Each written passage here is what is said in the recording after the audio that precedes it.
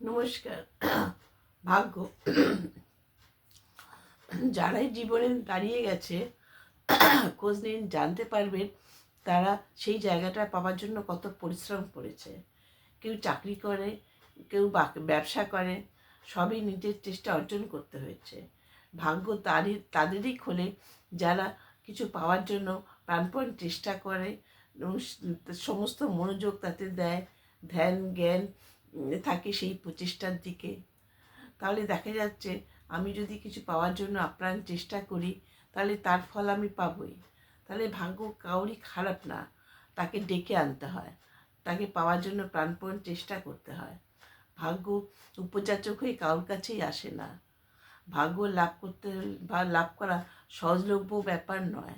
এর জন্য মূল্য দিতে হবে, তার যোগ্য হতে হবে, তবেই ভাগ্য কাছে আসবে।